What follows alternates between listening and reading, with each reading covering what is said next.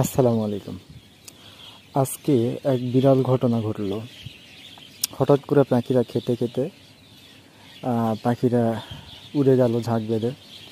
যাওয়ার পর অন্য প্রান্ত থেকে আরেক ঝাঁক পাখি এসে ঠিক এই খুঁটি থেকে ঠিক ওই খুঁটি যতদূর দেখা যাচ্ছে এসে বসলো।